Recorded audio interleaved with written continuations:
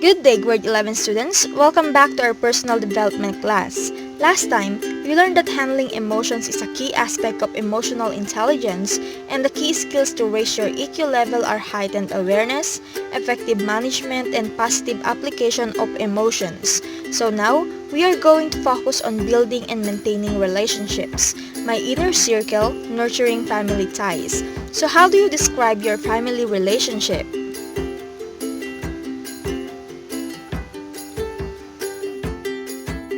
At the end of the lesson, you should be able to identify the firm and gentle sides of family care that affect a person's development during the middle and late adolescence. Demonstrate ways to improve family relationships. Identify the different structures and functions of family. And lastly, construct a genogram or family tree and trace certain physical, personality, or behavioral attributes through generations. So, how can you nurture a family relationship? The journey to personal development does not only take into account the self as a growing individual. Your growth and personal effectiveness have to manifest in your relationships. Your family comes first in the line. The family is the foremost unit that gave you the first experience of the world. Your socialization experience begins at home. Here, you learn certain ways of behaving, believing, and loving. Your family is not exempted from your adjustments. Both parents and children adjust to the developing roles and expectations.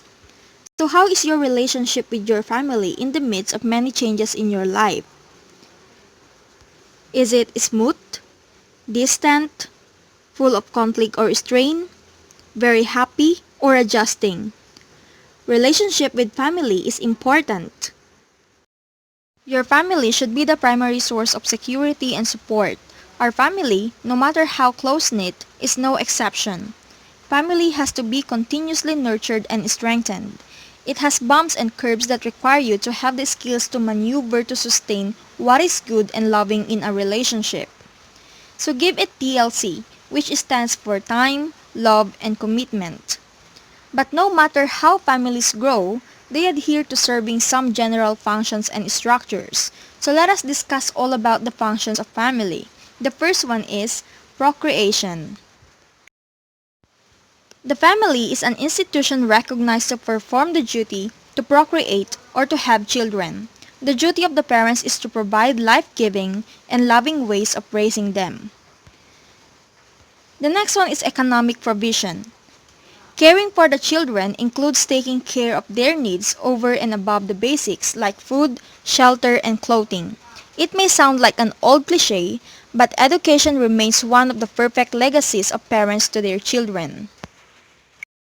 Next, love. It holds the greatest importance in the family. It encompasses everything. It is what can drive members of the family to do anything for the welfare of another.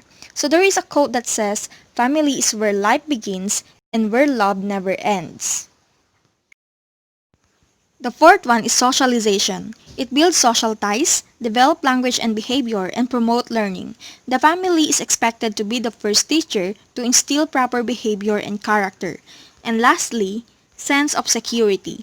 Your home is a safe place where you can draw support, comfort, and reassurance, especially when life becomes challenging. So family offers a stable companionship, a feeling that you are not alone in this world. A family is expected to be able to provide that kind of emotional environment that you need. The last decade has seen a lot of changes that transformed many institutions including the family. So let us consider the following family structures. The first one is nuclear family. This is the traditional type of family. Two parents and their children are living together as one is an example. The next one is extended family. Aside from the two parents and their children, they are joined in by relatives like grandparents, cousins, or aunts and uncles. They generally share common goals at home. Family with working parents. From what was used to be only the father works for the family and mother tends the home and children, both parents now work to support the family. Fortunately, new technologies in communication make it possible now to keep the family members in touch with another. Next, Single-parent family. In cases of separation or divorce, either the father or the mother alone takes the responsibility of raising the child. The relatives become closely involved as they provide support and love to the child. Blended family. It consists of a couple wherein one or both of them have children from a previous marriage. They bring the children to live together in one home as a family forges new relationship. Having two sets of children come together may develop familial kinship. Other family setups. So these are couples who live together as domestic partners or who are not legally married but share household responsibilities. Also, there are now same-sex partners who raise a child either adopted or a biological of one of them. Now, let's proceed to the discussion of child-rearing practices and family care. So how you were cared by your family makes a significant mark in your development. Child-rearing reflects the kind of parenting style exercised by your parents. So here are some styles of parenting according to Dr. Diana Baumrind. So the first one is authoritarian. It is characterized by rigid and demanding parenting style. Parents are strict. They expect their children to follow them without question. They do not tolerate misbehavior and they apply punishment to control behavior. The next one is permissive. This is the opposite of authoritarian. Parents of this nature are very giving to the point of spoiling their children. They tend to be warm and loving.